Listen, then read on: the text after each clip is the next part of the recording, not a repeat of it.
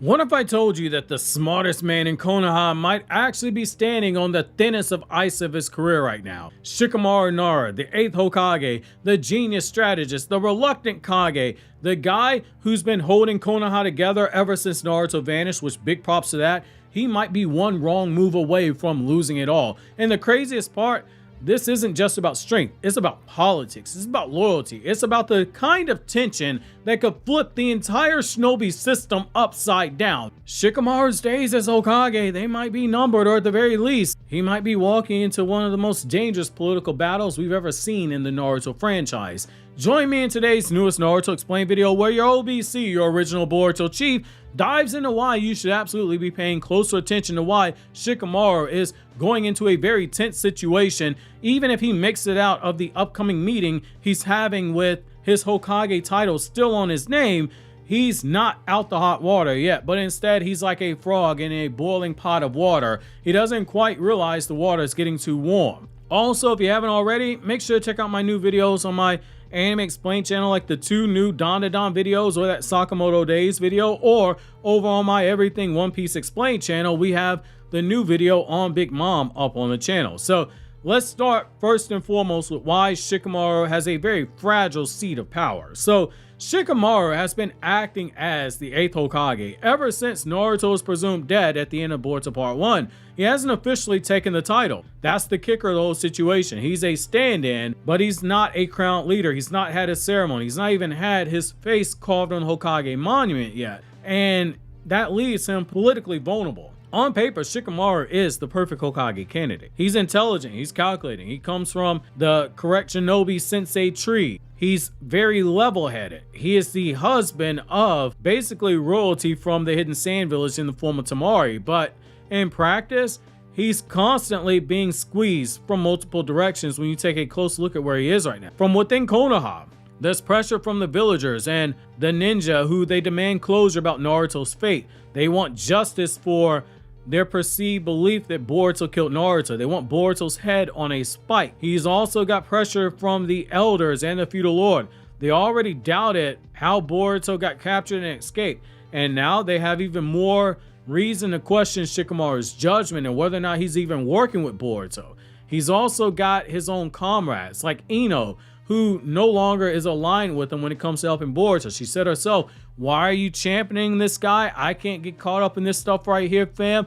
If you ain't giving me orders as Hokage, I'm not helping you." Let's be clear, every Hokage to a degree faced opposition. Even Hashirama, he faced it in the form of Madara before Madara left the village itself. But what makes Shikamaru's situation so unique is that he's protecting someone who the entire shinobi world thinks is guilty of killing Naruto, the most beloved Hokage and the most beloved shinobi in history. That alone puts him in a huge political storm. And that brings me to the greater Boruto dilemma, as I'm calling it. So Shikamaru knows the truth. Boruto's innocent. Kawaki manipulated the timeline with omnipotence, and Naruto's sealed, but he's not dead. But politics isn't about truth. Politics in the Naruto world, as well as in our own world, especially in the United States, it's all about perception. And this is coming from someone who has worked for politicians in the past and worked on campaigns to get people elected. It's all about perception, not about policy. It's all about perception. So when Shikamaru withheld intel from Konohamaru about the Sand Village mission, it wasn't just a tactical move.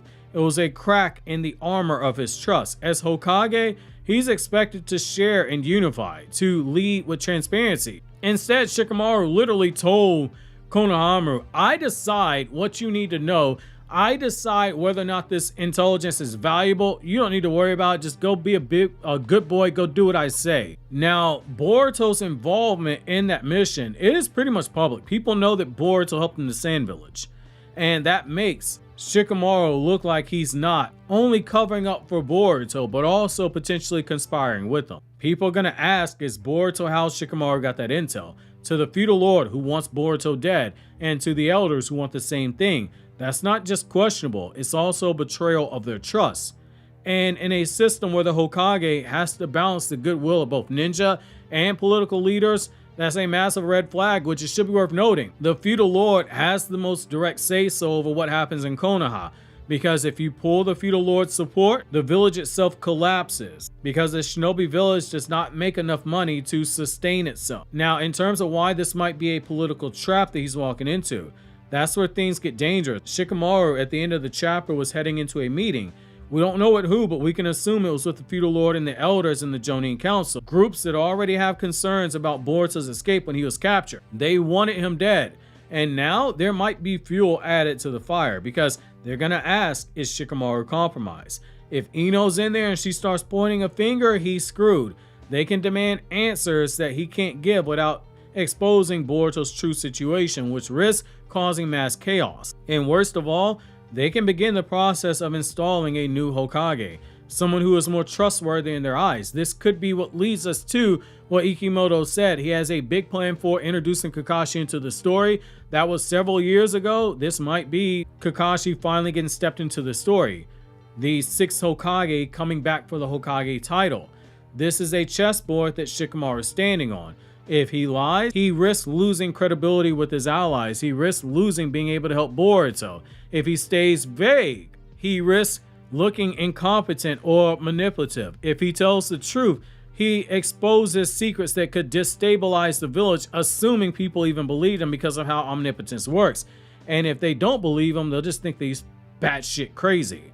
It's a no-win situation. Even a genius like Shikamaru, he may only have so many cards left to play. And I want to kind of talk about now why political tension is not a bad thing for Boruto. I get it, Boruto's a sequel to a battle shonen, but not everything in a battle shonen needs to be boom boom bam bam to progress the plot. So some of you guys might be thinking, wait, you're talking about political drama here in a battle shonen. It's got no place. But the thing is that again, tension does not always have to come from fists flying, and there are iconic battle shonen that have done this. Look no further than one of my favorite series, Hunter x Hunter, the 13th chairman election arc. On the surface level, it's one of the least action-heavy arcs in the entire series. It's one that people say is slow, and then when you read it or you watch the anime stuff, it actually moves pretty quickly. But it's most of the arc, you have debating and scheming and strategizing. You have political gamesmanship going on. In reality, when you look at it, it pushed the narrative forward in massive ways, and we're seeing ramifications of that arc take place right now in the manga. No spoilers. We saw how the Hunter Association functions politically, and we got a deep dive into character motivations. Boruto leaning into a similar type of an arc. It isn't a downgrade. It's a narrative expansion, and it is potential world building expansion. If you know anything about how Ikimoto draws, you know that one of his influences is Togashi, and Togashi himself has complemented Ikimoto's work before. A political arc in Boruto, it wouldn't be filler. People throw that word out there way too much. It's a chance to set up higher stakes, to show that the world of shinobi is just as much about ideology as it is about trust and as it is about raw power itself. Now, to take it even deeper here, there's a cultural weight in Japanese context, not Shinto Buddhism, things of that nature, but just Japanese cultural context in general. So take a look at the cultural stakes. In Japanese society, honor and shame, they carry tremendous weight. Helping someone who's accused of killing Naruto, the Hokage, the village's hero, the world's savior multiple times over, is practically a living god to the shinobi world. That would be seen as the highest form of disrespect and dishonor. Even Shikamaru knows his truth, even though he knows the truth from the perspective of Konoha traditions and just perception in general. He'll be aligning himself with a traitor. This isn't just risky, it's also unthinkable. It is why Shikamaru warned Sarada, if you keep sticking up for Boruto and Sasuke, you'll never become Hokage.